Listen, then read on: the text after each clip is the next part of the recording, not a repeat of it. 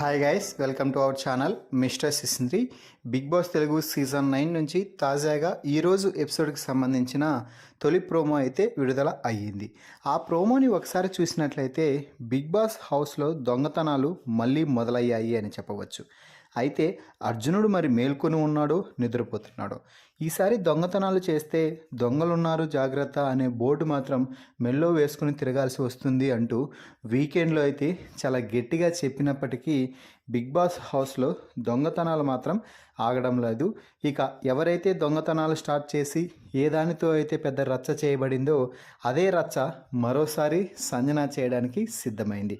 మళ్ళీ ఎగ్ దొంగతనం చేసి ఈసారి దాచిపెట్టకుండా, అంటే వేరే వారికి అలా కాకుండా డైరెక్ట్గా తీసుకెళ్ళి స్టోర్ రూమ్లోకి వెళ్ళి నీట్గా తినేసింది. ఎలాగైతే బౌల్స్ ఉన్నాయో అలాగే పెట్టేసింది.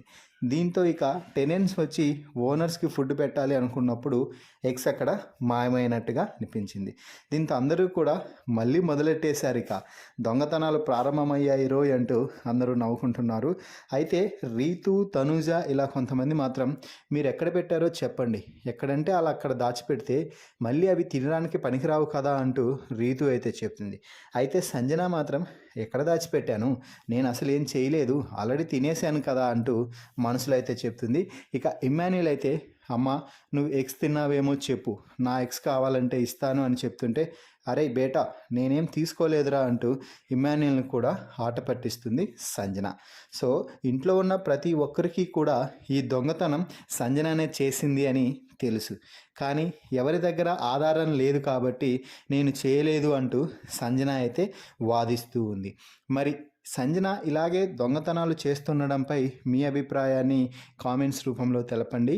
అలాగే మరిన్ని బిగ్ బాస్ లైవ్ అప్డేట్స్ కోసం మన ఛానల్ని చూస్తూ ఉండండి. Please subscribe our YouTube channel mister సిసింద్రి.